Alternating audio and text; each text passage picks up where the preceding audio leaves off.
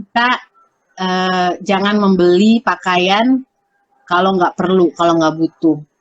Coba lihat dulu di dalam lemari kita itu, jangan-jangan yang kita cari itu udah ada di dalam lemari gitu loh. Yes, karena ada istilahnya, the most sustainable fashion item is the one already inside your wardrobe. Jadi yang namanya gadget-gadget itu saya seminim mungkin lah. Jadi cari aktivitas apa yang gampang, yang bisa membantu perkembangan otak mereka. Dan yang pasti sih saya sebenarnya paling senang itu membawa anak-anak ke alam. Karena kalau ke alam itu gampang, kita tinggal lepas aja, mereka akan bermain dengan bebas, mempelajari dari alam, apanya gerakannya, dinamis kan, yang ada di luar, di outdoor itu dinamis, kita nggak usah capek-capek. Nah, itu yang saya biasakan, gitu. Karena sesuatu yang terstruktur juga bagus, sesuatu yang terstruktur. Saya waktu itu kemarin selama 2 bulan yang selama kita lockdown di rumah, saya buat sesuatu yang terstruktur. Tapi sebenarnya saya ingin sesuatu yang dinamis juga, biar mereka menjadi pembelajar yang alami, gitu ya, guru. Betul.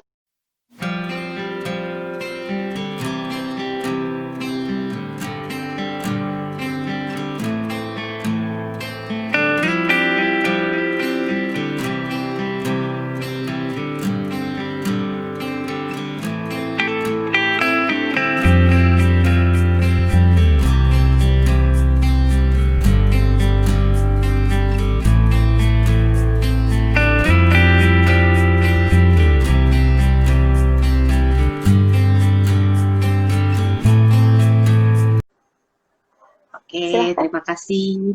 Selamat malam semuanya. Nama saya Clara Simanjuntak. Saya kalau di sini memperkenalkannya sebagai owner Nyana Eco Fashion dan juga baru meluncurkan Lampin Organik. Saya tinggal di Singapura, usahanya juga berbasis di Singapura. Saya istri dan ibu dari 2 orang anak. Lalu apa lagi ya? Udah sih, itu aja. Oke. Berarti sekarang lagi ngerjain ini ya, sesuatu produksi yang basisnya di Singapura. Nah, ya. Bisa jelasin nggak apa yang Clara kerjain garis besarnya? Tadi Nyana Eco Fashion sama Lampin Organik itu apa sih? Ya, Nyana Eco Fashion itu menjual produk-produk yang ramah lingkungan, yaitu menggunakan kain yang organik bersertifikat, juga menggunakan pewarna alam dari tumbuh-tumbuhan, juga kita mengambil bagian dalam memanfaatkan kain-kain yang sisa dari pabrik tekstil yang tidak terpakai, istilahnya recycling atau upcycling. Lalu kita juga bekerja sama dengan pengrajin, pembatik, pewarna alam di Jawa Tengah, dan juga beberapa home industry di Jawa Barat dan Jawa Tengah juga. Itu. Sedangkan kalau jadi walaupun basis jadi basisnya di Singapura, tapi kerjasama juga sama yang di Indonesia gitu ya? Iya, tetap. Sebenarnya sih Nyana itu dimulainya di Indonesia dulu, tahun 2017.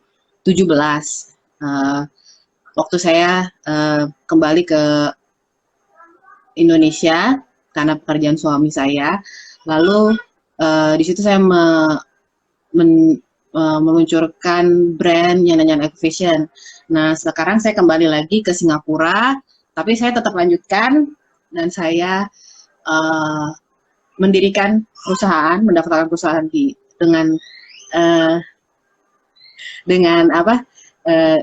berbasis di sini, tapi tetap produksi materialnya juga semua masih dari Indonesia. Dan saya juga selalu bawa misalnya made in Indonesia atau dibuat oleh ibu-ibu di desa mana di Indonesia gitu. Saya selalu mencantumkan itu juga. Oke. Terus tadi yang tadi lampin organik itu apa, Kak? Lampin organik itu baru diluncurkan. Jadi itu adalah rental baju organik untuk sekarang untuk bayi dan ini juga di Singapura juga sih. Memaparkan, jadi circular fashion itu maksudnya sebuah baju ya, satu buah baju, perjalanannya itu dari penanaman benangnya, misalnya katun ya, penanaman kapasnya, lalu dari kapas kan jadi benang, dari benang jadi kain, dari kain kita pakai, udah gitu dicuci, lalu waktu dibuang itu semua tuh kalau circular itu dari awal sampai akhir dampak lingkungannya tuh minim gitu. Dan juga yang dikembalikan ke alam itu minim. Kalau misalnya dari awal pembuatan benang udah menghabiskan banyak air atau pakai pestisida, itu kan udah mengakibatkan polusi. Waktu jahit baju diwarna yang warna sintetik dibuang ke sungai, itu juga dampaknya jelek untuk lingkungan. Dan juga waktu pemakaian kita cucinya dengan deterjen yang tidak ramah lingkungan, kita juga memberikan dampak yang tidak baik untuk lingkungan. Dan waktu mungkin kita suka beli baju langsung cuma satu kali pakai, nggak suka, langsung dibuang, nggak dipakai lagi, itu menumpuk di tempat pembuangan akhir, itu juga ada dampak lingkungannya. Jadi circular fashion itu yang produk kita itu dari awal sampai pembuangan dampaknya seminim mungkin terhadap lingkungan itu. Oke. Terus itu sebetulnya secara garis besar ya, perbedaannya apa sih produknya Clara gitu ya? Emang sih bahan material dasarnya emang berbeda ya. Tapi kalau misalnya kita pakai itu emang ada bedanya nggak sih rasanya gitu? Ya, ada bedanya. Pasti lebih nyaman kan ya. Lalu untuk orang yang kulitnya sensitif atau alergi itu nggak mengakibatkan alergi karena dari kainnya sendiri dan juga pewarna. Karena pewarna sintetik itu kan pasti sedikit banyak ada sisa toksiknya ya, racunnya. Kalau kita pakai walaupun udah dicuci itu sedikit ada sisa untuk kita terserap di kulit kita, juga terhirup oleh hidung kita, apalagi yang sensitif itu malah memperparah kondisi kulit mereka gitu. Kalau harga gimana, Kak? Harga sih karena itu kualitasnya baik ya, jadi bukan seperti yang dibikin mass product. Jadi kualitas yang lebih baik tentu harganya lebih mahal dibanding misalnya brand-brand yang ada di mall gitu ya. Tapi kalau misalnya dibandingkan dengan saya nyebut merek misalnya Zara atau apa ya, merek sekelas Zara sebenarnya udah banyak yang harganya seperti itu gitu. Bukan hanya yang produk-produk batik yang harganya 1 jutaan, 2 jutaan udah berkembang ke arah yang lebih streetwear kalau sekarang. Gitu. Oke. Ada contoh barang Clara nggak dari nyana atau yang Clara pakai apa gitu? Ini saya pakai kalungnya, lalu kainnya ini kainnya, ini dasi sutra. Ini dasi sutranya itu tenun tangan itu penenunnya udah umur 90 tahun kayaknya deh. Jadi yang bikin tenun manual itu tuh udah mulai berkurang, jadi udah tua-tua gitu, kurang ada penerusnya. Nah itu juga tuh harus ada yang meneruskan. Ini warna alam. Ini warna alamnya dari Jalawe dari. Nah ini terus ini dasi ya. Kulitnya ini sih dari limbah workshop orang saya ambil. Terus ini scarfnya, ini juga sutra Ya. Kalau dilihat bagus banget sih ini warnanya. Terus ini Tegeran dan Jalawe. Nah, ini batik cap apa hand stamp, cap tangan ya, cap tangan. Lalu saya coba bikin sekarang tuh yang kayak beeswax wraps kecil-kecil buat workshop. Ini workshop beeswax wrap yang buat penutup makanan dari batik warna alam kan. Kain yang sintetik kan bahaya tuh kalau dekat-dekat makanan. Nah ini kan udah organik, warna alam, jadi bisa buat pemutus makanan sisa, pengganti plastik itu, cling wrap itu. Terus apa lagi ya? Ya itu nih juga mirip. Ini juga sutra. Ini kalau ini sutra mesin. Udah sih itu aja kalau barang-barang. Karena Oke. Oh ada masker, saya ada masker organik juga. Oh ini sebentar. Mana? Jadi yang buat anak-anak atau orang dewasa yang kulitnya sensitif, kalau pakai masker maka suka gatel tuh mukanya. Nah ini kain organik. Ini belakangnya ini organik. Oke.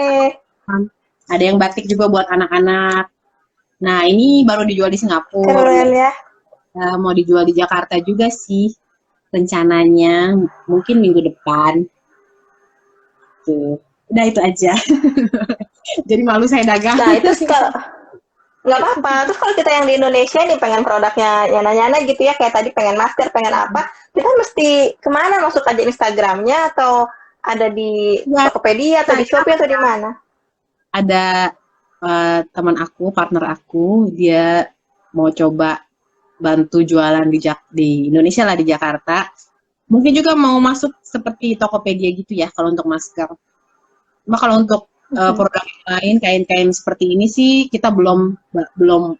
Jadi kalau untuk di Indonesia mungkin baru ke brand lain jual kain.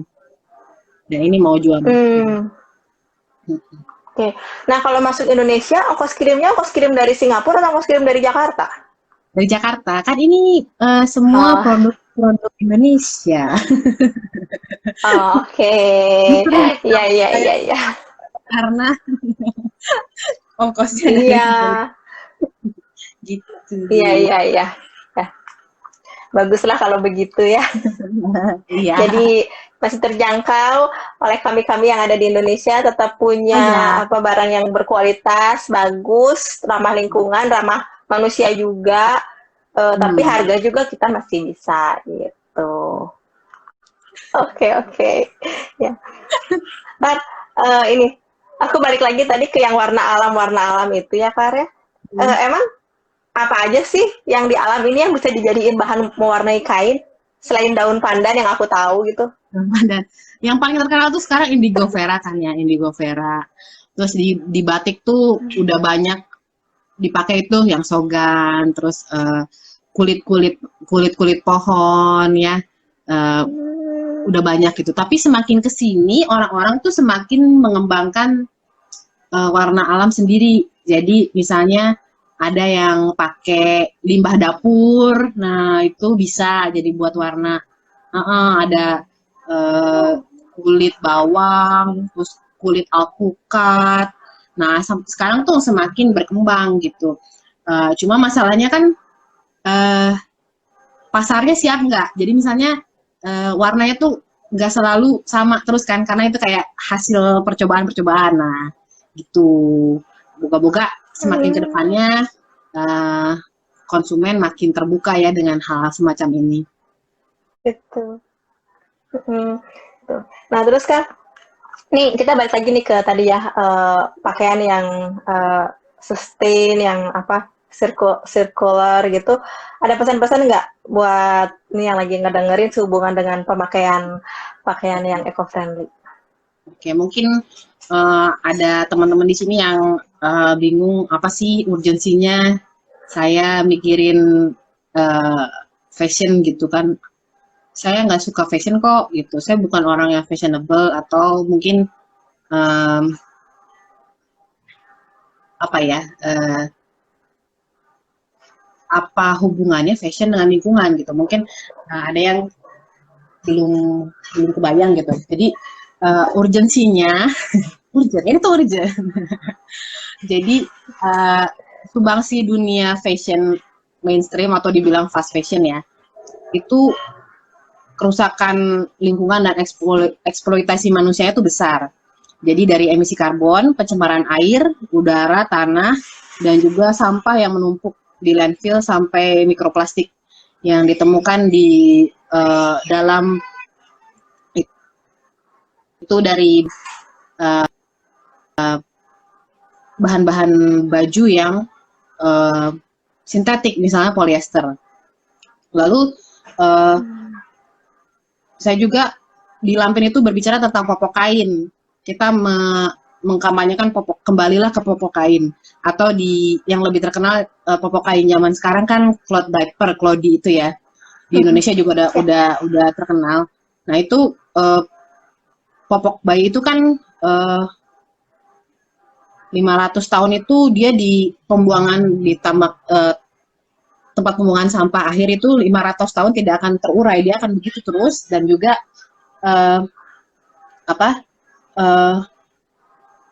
ada plastik di dalamnya, di dalam popok kain itu. Dan juga ini ada beberapa nih ya,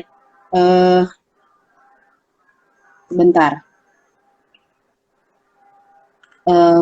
kebiasaan orang di menggunakan popok kain itu, misalnya ada kotoran buang air besar, itu nggak dibuang, jadi dilipat, dimasukin ke sampah. Nah, itu sebenarnya nanti di tempat pembuangan tempat sampah itu akan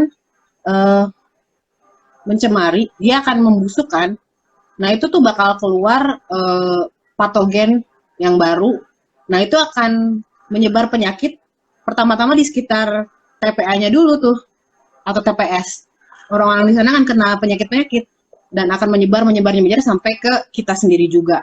Nah, sedangkan kalau penggunaan popok kain, kita kan mencuci ya. Jadi buang air besarnya dibuang dulu ke kloset, baru kita cuci. Nah, itu akan menghindari jumlah kotoran manusia yang dibawa, diangkut sampai ke tempat pembuangan sampah. Lalu untuk bagian tadi kan produksi dan popok. Nah, ini waktu konsumsi, orang mengkonsumsi baju, mencuci pakaian itu menghabiskan 120 million ton karbon dioksida ya, dengan penggunaan mesin cuci dalam per tahun. Lalu polusi dari deterjen. Polusi dari deterjen itu ada polusi busa, ada polusi SLS, bahan di dalam deterjen.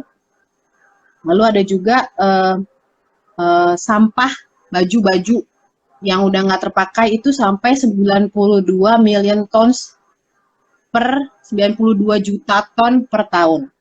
Nah, itu. Jadi kenapa sih urgennya kita harus peduli dengan dunia fashion ini gitu. Dan apa sih yang bisa kita lakukan ya? Sebenarnya ada beberapa pesan-pesan ya. Ini pesan-pesannya. Pesan-pesannya itu yang pertama adalah refuse. Jadi kita jangan membeli pakaian kalau nggak perlu, kalau nggak butuh. Coba lihat dulu di dalam lemari kita itu, jangan-jangan yang kita cari itu udah ada di dalam lemari gitu loh. Nggak usah langsung ke Tokopedia atau ke mall gitu. Kita lihat dulu apa yang kita punya. Lalu yang kedua, saya ya, karena ada istilahnya the most sustainable fashion item is the one already inside your wardrobe. Gitu. Lalu yang kedua, bisa sewa atau pinjem. Ya, sekarang udah banyak ya penyewaan baju. Ada, waktu saya pulang kemarin ada Style Theory, itu dari Singapura juga. Ada Rentik, ada apa lagi ya? Satu lagi, ya coba cari ini ya, penyewaan baju. Saya udah coba, cukup bagus pelayanannya. Lalu yang ketiga ini untuk dimulai dari kita sendiri deh. Kalau kita ngadain acara, tunangan, atau pernikahan, kita kurangilah beban orang lain dan beban terhadap lingkungan dengan dress code. Dress code yang jahit-jahit baju itu, kalau bisa untuk zaman sekarang dikurangi deh gitu. Kalau misalnya mau dress code, mau bener-bener dress code, ya udah pakai baju putih semua atau biru semua, hitam semua, nggak usah kita harus jahit lagi yang baru gitu kan. Itu sebenarnya membebani orang lain juga kan. Apalagi orang Batak gitu loh.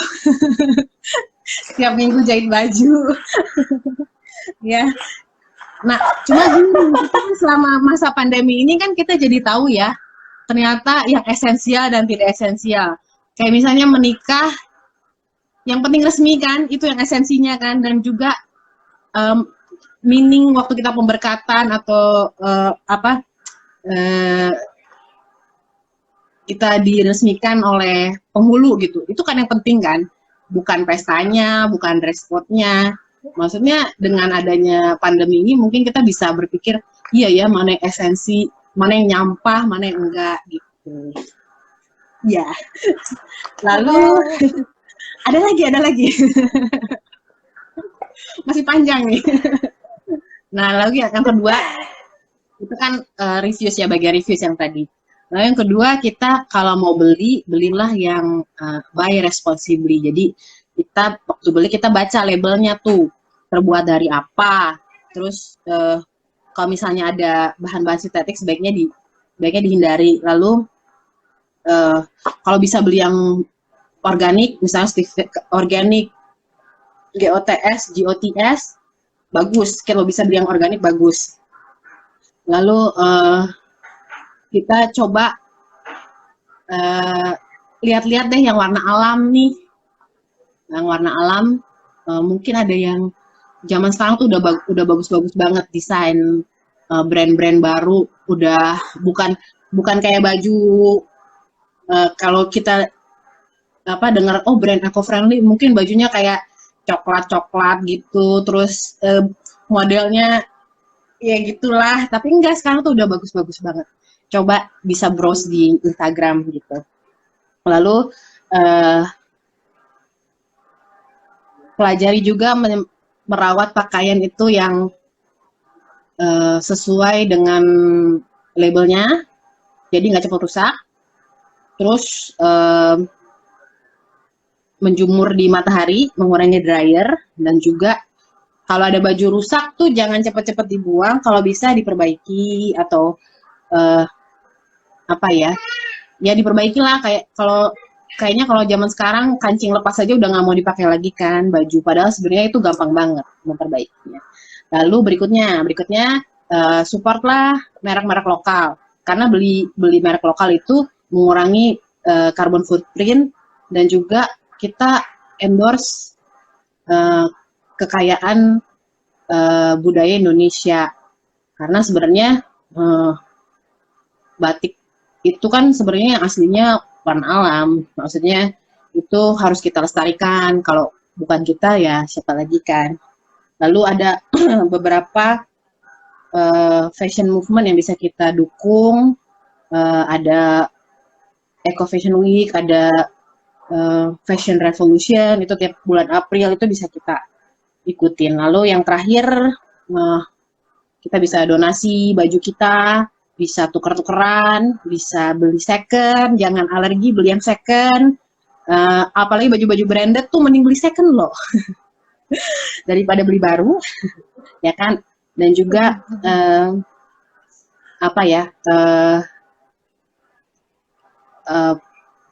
kalau saya dulu kan dibiasakan ibu saya pakai baju, saya anak terakhir nih, anak keempat, baju bekas-bekas kakak saya itu saya yang akan memakainya. Jadi sebenarnya baju zaman dulu itu, ataupun baju ibu saya ya, saya bisa pakai. Nah, baju zaman dulu itu kualitasnya lebih baik, bisa diturun-turunkan. Nah, yang sekarang baju sekali cuci langsung gak jelas bentuknya. Jadi pinter-pinterlah, mending beli baju satu yang berkualitas daripada beli banyak tapi nggak berkualitas. Oke, kita ajarin pesan-pesannya dan tips. Ya, itu tepuk tangan semuanya, keren banget. Ya, Clara ya, Clara ini apa? Ya sibuk iya, mikirin apa ya keluarga iya. Tapi ketika membuat suatu usaha, tetap juga mikirin dampaknya untuk manusia, dampaknya untuk lingkungan gitu. Ada pesan-pesan nggak nih buat kita-kita gitu ya, biar dalam hidup ini tuh kita tuh tetap jadi berkat atau jadi dampak buat lingkungan sekitar, buat orang lain ya. Sekalipun nih saat ini kan situasi juga lagi nggak gampang sebenarnya gitu. Mungkin dimulai dengan mengasah apa ya, empati kita. Jadi misalnya nih kita lihat sesuatu, ada suatu kejadian atau apa, kita tuh jadi gelisah. Misalnya ada kerusakan lingkungan di mana, kita merasa gelisah. Kalau misalnya ada pekerja di mana mengalami PHK, pabrik mana mem-PHK 3.000 buruhnya. Nah, kita merasa gelisah.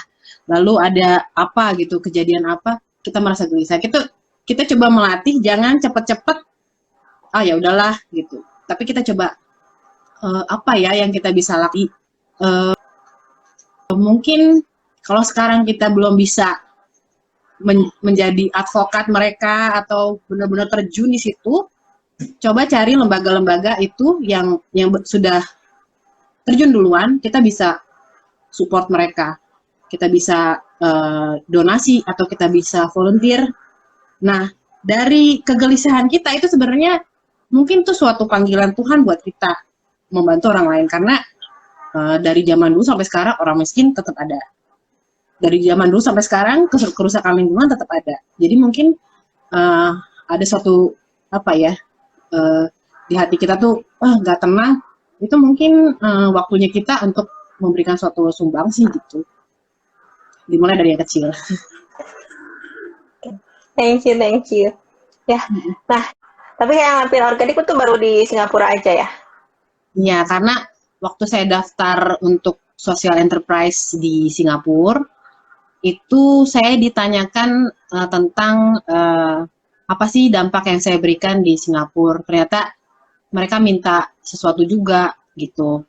Kalau gitu berarti untuk Lampin Organik sih saya rencana bakal beli brand-brand lokal Singapura, akan mempromokan mereka produk-produk Singapura, dan juga rencana sih mau ada lapangan pekerjaan buat low income single mothers gitu, untuk Lampin Organik. Oh, keren sekali. Karena kan udah ngerasain kan apa kerja dengan direcokin anak, saya udah ngerasain. Cuma saya mikir gimana mereka yang nggak ada income ya gitu. Kalau saya kan jualan oke, nggak jualan istilahnya nggak apa-apa gitu. Cuma saya nggak bisa kampanye. Saya jualan untuk berkampanye kan.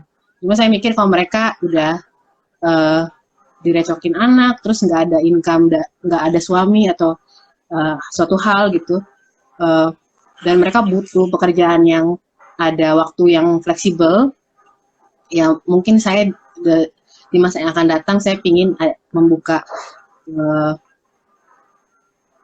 lapangan pekerjaan dengan jam yang fleksibel, dan juga bisa membekali mereka dengan ilmu-ilmu, misalnya bikin deterjen yang ramah lingkungan, nanti mereka bisa jual atau mereka bisa manfaatkan sendiri, nggak usah beli yang mahal di supermarket dan sebagainya lah. Itu sih rencananya ke depannya.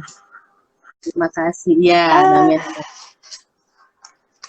Nah ini karena kan aku dengar sih lumayan sibuk ya, karena untuk mengurus perusahaan kayak gitu juga kan apalagi harus kontak sana kontak sini gitu ya.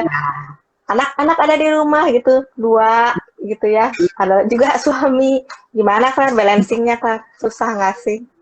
Ya. Apalagi sekarang di Singapura itu kan orang mandiri, semua serba cepat gitu. Ya betul. Dan saya dari awal punya anak juga mau dibilang apa ya, nggak pernah punya mbak di rumah gitu. Jadi cuma saya dan suami yang membahu lah. Jadi sebenarnya sih apa ya, membangun bisnis ini jadinya seperti untuk sekarang ya, itu seperti waktu sisa saya dari menjadi ibu rumah tangga. Jadi sisanya tuh baru buat bisnis. Itu prioritasnya untuk sekarang. Cuma saya kan pikir anak-anak nggak selamanya kecil ya. Nanti kalau mereka udah besar, ini bisa bergeser prioritasnya. Jadi ke nyana-nyana yang lebih besar gitu. Dan juga kerjanya itu nggak ada pembantu, anak 2, apalagi kemarin sekolahnya di rumah ya, home based learning. Nah itu kalau saya sih memang udah terbiasa kerja, pasti ada interupsi. Lagi serius ngerjain apa, tahu-tahu ada yang pup lah, ada yang minta apalah, ada yang apa, ada yang nangis, ada yang berantem. Nah itu pertamanya saya mikir, nggak bisa lah kerja kayak gini. Tapi setelah diganti ekspektasinya ya udahlah, emang kerja begini ya udah. Gitu. Terus saya gitu, saya juga mungkin kemanapun saya ada pekerjaan, saya selalu bilang bahwa saya itu sepaket. Misalnya saya ada, sebelumnya saya cerita dulu kalau kita juga sering mengadakan workshop warna alam di Jakarta, di Singapura. Nah itu saya selalu bilang kepada penyelenggaranya, saya itu sepaket dengan bawa anak, karena pernah di tempat peserta workshopnya tuh protes, ini anaknya nggak bisa dikemanain dulu gitu. Ada yang begitu. Iya nggak bisa. Emang nggak ada yang jagain di rumah? Nggak ada. Jadi ya saya berusaha menjelaskan ke manapun saya ada pekerjaan, saya tuh sepaket dengan anak-anak. Waktu tahun kemarin saya ambil course dari suatu lembaga di sini ya tentang sustainable fashion juga. Waktu itu saya lagi hamil dan saya harus bawa Tabita, anak saya yang pertama, pulang sekolah, saya bawa ke kampus gitu. Jadi dia ada di dalam kelas, duduk di sebelah saya gitu. Tapi itu semua sebelum saya lakukan, saya tanya dulu sama dosennya, sama adminnya, kalau saya bawa anak gimana gitu. Ternyata mereka open, terus murid-murid yang lain, student yang lain juga mereka welcome, malah bilang, wah enak nih punya teman kuliah yang kecil begini, nggak ngebosenin kayak gitulah. Jadi ya saya bersyukur sih ketemu orang-orang yang begitu gitu. Walaupun pernah ketemu juga yang kesal, sebel, tapi pertemukan juga orang yang open. Nah jadi kuncinya sih berani mencoba aja, terus selalu komunikasikan kepada orang yang akan berbisnis dengan kita, saya tuh begini-begini. Dan juga yang satu lagi tuh kuncinya ya ketulusan lah. Kalau kita bekerja dengan tulus, mungkin apapun rintangannya, kita bisa menjalani panggilan kita dengan baik. Ya, keren Clara. Terus aku juga kan dulu kita pernah ngobrol ya soal pendidikan anak gitu ya, tentang perkembangan anak, dan setahu aku tuh Clara juga peduli banget sama yang namanya pendidikan anak dan tumbuh kembang anak gitu.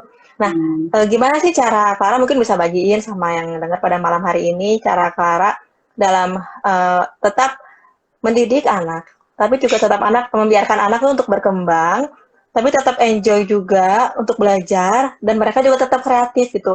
Karena aku juga suka lihat kan FB-nya Clara, aktivitasnya Tabita tuh seperti apa, dan Clara tuh bener-bener pegang Tabita banget gitu. Bisa diceritain nggak, Kak? Itu sih awal-awalnya itu saya tertarik supaya bisa memberikan anak stimulasi, karena yang golden apa tuh ya? Golden age. Untuk ngomong sama kepala sekolah ya. Mantan kepala sekolah. Itu perlu distimulasi dengan tepat. Jadi yang namanya gadget itu saya seminim mungkin lah. Jadi cari aktivitas apa yang gampang, yang bisa membantu perkembangan otak mereka. Dan ini anak saya tuh aktif banget, kalau nggak dikasih aktivitas, uring-uringan gitu. Terus yang kedua juga kelihatan aktif banget. Kirain satu pendiam, satu aktif ya, ternyata dua-duanya aktif. Jadi ya saya sisihkan waktu buat mencari aktivitas, dan yang pasti sih saya sebenarnya paling senang itu membawa anak-anak ke alam, karena kalau ke alam itu gampang, kita tinggal lepas aja, mereka akan bermain dengan bebas, mempelajari dari alam, apanya gerakannya, dinamis kan, yang ada di luar, di outdoor itu dinamis, kita nggak usah capek-capek. Nah, itu yang saya biasakan. Nah, ini saya lagi nunggu-nunggu lagi kapan bisa jalan-jalan ke taman, jalan-jalan ke pantai, ya, gitu. Karena sesuatu yang terstruktur juga bagus, sesuatu yang terstruktur. Saya waktu itu kemarin selama 2 bulan yang selama kita lockdown di rumah, saya buat sesuatu yang terstruktur. Tapi sebenarnya saya ingin sesuatu yang dinamis juga, biar mereka menjadi pembelajar yang alami, gitu ya, guru. Betul. Nah, setahu aku ya, Clara kan arsitek ya. Ya. Terus gimana nih ceritanya? Kok bisa jadinya memilih menggeluti bidang eco fashion ini gitu? Eco fashion ini sih sebenarnya dimulainya pernah saya tahun 2010 itu saya sakit, terus lumayan cukup berat lah ya, terus operasi, lalu saya itu saya tinggal di Singapura juga, terus saya berhenti bekerja, lalu mulai dari saat itu saya ingin mencoba hidup lebih sehat, ya, gitu. Waktu itu makanan-makanan organik dulu dan sebagainya, gitu. Terus bertemulah dengan organic fashion gitu, atau eco fashion lah. Nah, dari situ saya cari tahu, karena saya udah berhenti bekerja sebagai arsitek waktu itu, saya cari tahu. Lalu saya pertemuan pertama itu dengan pengrajin warna alam tahun 2011. Nah, itu tapi saya baru istilahnya riset dulu, belum mulai bisnisnya. Jadi saya riset dulu, dan waktu itu masih jarang banget warna alam, terus yang kainnya organik, terus apalagi ya, yang saya mau itu belum ada waktu pada saat itu. Jadi saya harus, kan saya masih tinggal di Singapura, jadi saya susah karena pengrajinnya itu kan tahun 2011 itu tuh belum ada WhatsApp, dan di pengrajin di sana tuh nggak ada email, cuma ada nomor telepon rumah, dan masih sulit lah. Nah, waktu itu saya kembali ke Indonesia tahun 2016. Nah, itu saya ada kesempatan tuh langsung ke desa-desanya, jalan, lihat, cari, cuma berbekal buku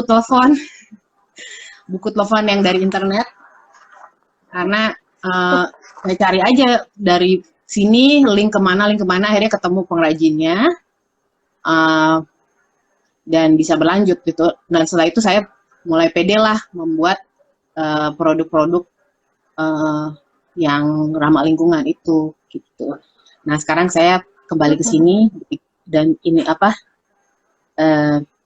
pindahlah bisnisnya berbasis di Singapura gitu. Betul. Terus sulit nggak, Clara? Ketika Clara kan ya domisili Singapura, sementara produsennya mungkin banyak kan di Indonesia, di Jawa gitu ya. Itu kesulitannya dan gimana cara mengatasinya? Awalnya itu sulit banget, karena komunikasi dan juga nggak ada yang mengawasi kan di sana ya. Jadi produksi telat itu pasti, dan juga yang meleset itu pasti. Jadi saya tuh waktu awal-awal tuh banyak membuang istilahnya modal untuk sampel yang gagal. Itu banyak banget. Saya coba beberapa pengrajin, pernah juga cari penjahit itu sampai 14 penjahit ganti. Itu karena karena mereka awalnya sampel bagus, tapi waktu produksi ternyata tidak sesuai dengan sampel. Jadi itu sering banget terjadi. Nah, sampai saya ngomong sama suami saya, sama Horas, ini apa yang ada apa sih dengan industri ini gitu, kenapa mereka nggak serius dan kalau istilahnya nggak amanah lah ya dengan pesanan kita gitu. Kita mau membantu order banyak tapi nggak bisa ada kepercayaan juga kan sulit. Nah, akhirnya saya sih intinya gini, tadinya saya kan berpikir di angan-angan mimpinya tuh jadi desainer baju gitu ya yang keren gimana. Tapi ternyata nggak ada penjahitnya juga. Saya kursus bikin baju, bikin pola bisa. Cuma untuk memproduksi saya nggak percaya diri. Nah, jadinya saya mikir, oke, mimpi saya itu dikesampingkan dulu deh. Yang baju-baju yang keren yang ada di sketsa saya tuh banyak banget baju-baju itu yang pingin saya jual. Tapi karena kendala di produksi, ya udah saya kesampingkan dulu yang itu, apa sih yang bisa saya kerjakan sekarang. Ternyata yang saya ketemukan itu, ketemu cocok, aksesoris, misalnya kalung, anting juga, dan itu semua yang dengan warna alam. Lalu misalnya scarf, dasi, ya udah saya jalani itu dulu. Nanti kalau misalnya suatu saat saya ketemu penjahit yang bagus, penjahit yang bisa dipercaya, baru merambah ke sana gitu. Lalu ya seperti saya bilang tadi yang tentang lampin, saya juga belajar kalau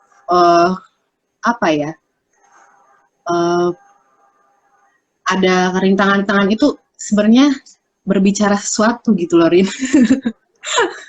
Saya kan beberapa program mentoring dan inkubasi ya. Saya punya beberapa mentor ada yang bilang, apa kamu udah ganti penjahit 14 kali, kayaknya ini bukan bisnis yang cocok buat kamu deh gitu. Dia bilang stop, lakukan itu. Saya tuh waktu itu masih enggak, saya masih mau coba gitu kan. Terus akhirnya setelah saya pikir-pikir benar juga yang dia ngomonginnya gitu, ngapain saya udah buang duit segala macam.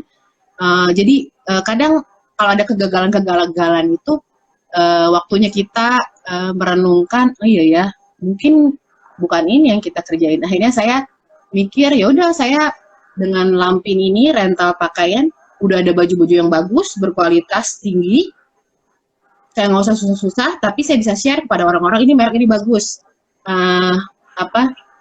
untuk bayi, untuk kulit sensitif, dan orang bisa menyewanya dulu, rental dulu, kalau mau beli bisa nanti, dan bisa mencoba berbagai-bagai brand gitu. Tapi saya memang mengencourage orang untuk rental karena untuk baju bayi kan cuma dipakai 3 bulan, terus kekecilan. Nah, jadi menurut saya sih untuk bayi, anak-anak, rental pakaian itu sangat berdampak yang minim terhadap umur. Ya. Nah, itu kesulitannya apa, Klar, untuk memproduksi sesuatu seperti itu yang beda? Saya itu apa ya, benar-benar diperhitungkan sekali ya, sampai ke waste-nya aja, sampai ke limbahnya aja tuh diperhitungkan gitu. Kesulitannya itu tuh kayak ada missing link dari produksi ke konsumsi sampai ke pembuangan tuh kayak ada missing link. Nah, inilah yang coba kita jembatani, yaitu dengan menggunakan material yang bersertifikat. Kalau bersertifikat itu orang dari penanaman kapasnya sampai jadi kain, sudah ada yang mengawasi kalau itu semua tidak merusak lingkungan. Dan juga jangan lupa nggak cuma lingkungan. Kalau misalnya beracun, semua pekerja yang terlibat di dalamnya, yang memintal benang, yang menjahit, itu kan terkena racun juga. Jadi nggak cuma lingkungan, tapi juga manusianya. Lalu kita istilahnya dibantu dengan sertifikasi itu. Karena itu sertifikasinya bertaraf internasional dan sangat strict dalam mengawasi produksi gitu. Lalu untuk konsumsinya, ya itulah edukasi kepada konsumen supaya nanti kita bahas di pertanyaan berikutnya gimana mengedukasi konsumen supaya kita sebagai brand pakaian jangan cuma mikirin jual selahu mungkin gitu, tapi bagaimana konsumen itu bisa memperlakukan baju itu memanfaatkan dengan dampak yang seminim mungkin terhadap lingkungan gitu. Ya. Nah, kalau konsumennya sendiri sekarang siapa, Klar? Kayak misalnya aku pengen beli di mall, apakah aku bisa gampang beli di mall gitu atau gimana? Nah, itu ya. Kalau sekarang sih kayaknya udah mulai banyak. Udah mulai banyak ya. Kalau yang lokal Indonesia tuh banyak yang pewarna alam. Eh, kalau organik jarang lah ya, mungkin saya doang. Pewarna alam banyak ya. Dan tenun-tenun asli Indonesia itu juga banyak. Tapi kalau di mall itu kayaknya memang kesanggupan brand-brand lokal kecil ini ya belum bisa masuk ke mall. Jadi ya marketingnya di Instagram atau mungkin jualnya di marketplace gitu atau di bazar-bazar yang tidak yang kosnya seperti buka toko di mall gitu. Oke. Itu kalau misalnya personal perseorangan itu bisa beli ya, bisa mendapatkannya ya, Clara ya? Atau kayak harus pabrik besar atau bisa kayak gitu? Banyak kok, banyak brand-brand. Nanti bisa cek di kalau di Instagram tuh cek aja eco-friendly fashion atau hashtagnya warna alam, hashtagnya circular fashion, tapi mungkin banyak kan eco-friendly fashion ya, atau kain alam kayak gitu, bisa cari hashtagnya di Instagram. Kalau Nyana-Nyana sendiri udah memproduksi untuk perseorangan, Clara? Iya, kita jual di beberapa tempat di Singapura. Itu memang buat perseorangan. Itu banyaknya aksesoris fashion. Lalu kita jual juga ke brand lain, itu kainnya. Kain dalam jumlah besar ya. Ke brand-brand eco-friendly lainnya di Singapura dan di Indonesia. Oh gitu. Jadi kalau kainnya mungkin itu jadinya produknya untuk brand yang lain ya, tapi dari Nyana-Nyana gitu produsennya gitu. Iya, itu untuk brand mereka. Jadi kita jual bahan mentahnya lah. Kita mau nanya tentang Singapura lah. Karena kan domisili Singapura. Gimana Kak ngerasain nggak perbedaan Singapura sekarang setelah mengalami pandemi ini? Sama dengan di Indonesia, di tempat lain juga mungkin ekonominya yang terdampak banget ya. Banyak orang-orang yang kehilangan pekerjaan, banyak brand, saya baru dengar tadi ngobrol sama temen, brand yang sustainable, eco-friendly brand juga, yang udah terkenal ternyata tutup, gulung tikar, dan banyak cerita-cerita seperti itu gitu. Pabrik-pabrik yang di Indonesia yang saya kerjasama beli kain organiknya sudah ada 3 pabrik yang tutup. Nah itu jadi sedangkan di Singapura tapi mungkin langkah-langkah yang dilakukan oleh pemerintah Singapura dia cukup siap ya. Dan sebelum pandemik kan orangnya tertib di sini ya, orangnya tertib dan ada 2 sisi, orangnya tertib dan juga law enforcement-nya juga berjalan. Jadi ada peraturan, kalau misalnya dibilang ada denda, akan didenda beneran gitu, nggak cuman gertak sambil doang. Nah, jadi ya itulah karena orang-orangnya tertib, mungkin semua bisa dibilang lebih bisa terkontrol kali ya, gitu. Terus kalau sekolahnya Tabita sendiri gimana Kak penyesuaiannya? Kalau sekolah itu sekarang masih seminggu sekolah, seminggu belajar di rumah. Lalu di sekolah juga dibagikan face shield dari salah satu perusahaan besar di Singapura. Mereka membagikan gratis. Lalu guru-guru juga dari sebelum pandemik juga saya udah terpercaya dengan disiplinnya, dengan sekolah anak saya. Jadi saya percaya mereka di sekolah pun disiplin, dan terlebih lagi mereka ada tambahan-tambahan tentang mental health gitu. Itu sih menurut saya bagus banget, karena kadang anak kan mungkin dengar tentang virus apa gitu, lihat dalam alam bawah sadarnya takut, tapi nggak bisa mengekspresikan, nggak kayak kita gitu. Kalau stres bisa menyalurkan atau apa. Mereka ada bahan-bahan kayak ada modul tentang menghadapi apa situasi yang nggak enak. Terus kamu tahu nggak kamu harus ngomong ke siapa, kayak gitu-gitu deh. Menurut saya itu bagus banget. Tuh. Jadi itu mental health-nya kurang lebih seperti itu ya, Clara ya? Okay. Itu guru-gurunya yang kasih edukasi ke murid atau orang tua juga dikasih kayak panduan tertentu itu untuk membahas Ya, ini dengan anak? Ada dua-duanya. Cuma porsi guru lebih banyak. Mereka seminggu sekali ada satu bahan dibahas about the kids feeling. Jadi benar-benar nanyain pendapat mereka. Terus kayak waktu kemarin belajar di rumah tuh, happy nggak? Apakah di rumah bosen? Mereka concern banget. Kalau untuk orang tua ada dikasih satu selebaran gimana kita hidup 24 jam bersama anak. Itu ada dikasih juga panduannya gitu. Bagus sih, bagus banget. Nah, bisa tolong sebutin nggak satu tempat di Indonesia dan di luar negeri yang buat Clara itu paling berkesan, yang selama ini yang pernah dikunjungi, dan kenapa alasannya? Di Indonesia itu ada yang sangat berkesan, itu saya ke kampung halaman papa saya. Itu di Sipahutar, suatu desa kecil di Sumatera Utara, di Tarutung, kotanya Tarutung. Nah, di sana itu penghasil nanas, penghasil pertanian lah ya, pertanian. Alamnya tuh indah banget. Terus makanan tuh kayaknya enak semua. Dan kopinya juga luar biasa banget. Nah, saya juga sebenarnya kopinya ada kopi yang terkenal di situ kan, kopi Piltik si Borong-Borong. Dia punya kayak hotel juga di situ. Nah, itu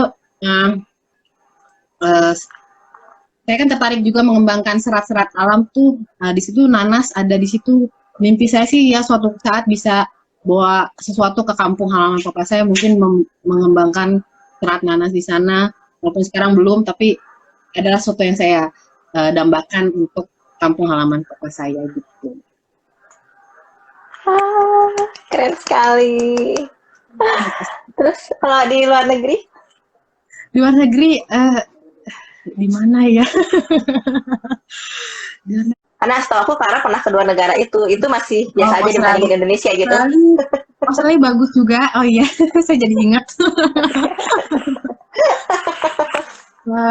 Iya itu bagus, alamnya dan apanya yang paling berkesan di sana ya?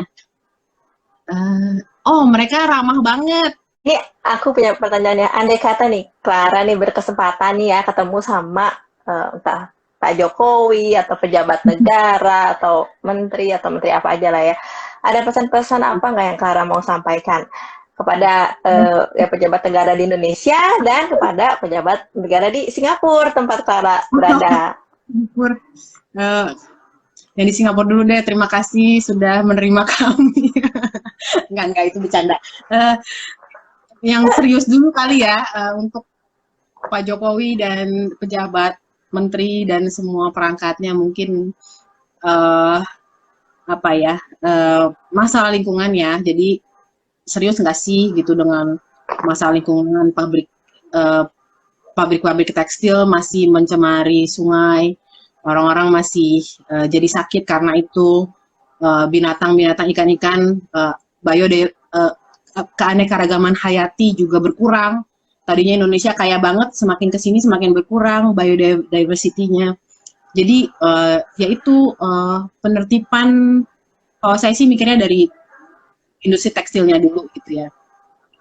Dan selain itu, kalau misalnya mau industri tekstil yang bersih, ya udah tolong bantu yang organik bersertifikat itu karena udah pasti nggak berpolusi kan. Yang kedua, support juga batik warna alam. Karena dulu Indonesia terkenal dengan warna alamnya, tapi sekarang kita jadi pengekspor warna sintetik terbesar di dunia. Nah, itu kan itu merusak alam kita. Jadi batik warna alam, please back to natural color gitu. Lalu apalagi ya, untuk popok, mungkin banyak orang tua yang nggak setuju dengan saya, tapi yakinlah saya nggak punya pembantu, tapi 2 anak saya pakai popok kain kok. Jadi sebenarnya itu bisa dilakukan. Jadi ini pemerintah di Austria, Rin, dia memberikan insentif buat orang tua yang pakai popok kain. Jadi dapat bonus-bonus gitu. Nah, kan enak banget tuh kalau kita yang udah pakai popok kain duluan dapat misalnya pengurangan pajak atau dapat pengurangan bayar listrik gitu kan. Nah, kayak gitu-gitulah. Benar. Keren. Benar. Iya. Ada lagi? Udah itu aja. Ada yang buat pemerintah Singapura? Pemerintah Singapura, kalau sebenarnya sih saya sangat apresiasi dengan mereka karena mereka sangat mendukung kemajuan startup, juga usaha-usaha social enterprise, usaha-usaha yang ramah lingkungan, mereka benar-benar support. Saya juga baru terdaftar sebagai social enterprise di sini, dan mungkin banyak dukungan-dukungan ke arah situ. Oke. Pokoknya asal kita punya visi tertentu, mereka mau support kok gitu. Semoga saya dapat suntikan dana. Oke, Clara, makasih banyak atas waktunya ya. Makasih juga, Rin, thank you banget. Makasih udah berbagi. Mudah-mudahan yang mendengarkan dapat banyak pencerahan, dapat banyak pengetahuan lagi, informasi, dapat banyak berkat juga dari apa yang Clara bagikan, dan semoga akan ada penerus-penerus Clara yang lain juga ya di Indonesia. Lebih banyak lagi yang peduli akan lingkungan, peduli sama kain-kain yang bagus lah, yang baik gitu ya, dan nggak konsumtif, nggak beli aja. Kabarin ya kalau udah dijual di marketplace Indonesia ya. Oke. Thank you banget atas waktunya ya. Thank you. Tuhan berkati keluarganya, semuanya, anak-anak, suami juga. Terima kasih buat yang udah ikutan join dari tadi, udah banyak banget, dan sebagian besar teman-teman kita berdua juga ya. Makasih atas dukungannya. Tetap dukung Clara juga dalam apapun yang dikerjakan. Ya. Gitu. Sukses selalu. Oke, Clara. Bye-bye. See you ya. Dah.